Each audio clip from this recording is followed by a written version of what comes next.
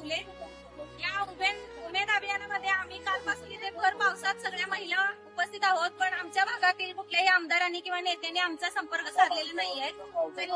घोरपडे दादांनी आम्हाला येऊन इथं सहकार्य केलं, त्यांनी इथं आमची काळजी विचारली, चौकशी केली, त्याबद्दल आम्ही त्यांचे मनापासून आभार व्यक्त करतो. भल्याची पुण्याई उभी तुझ्या माग, जरा निगुतीन वाहगजी,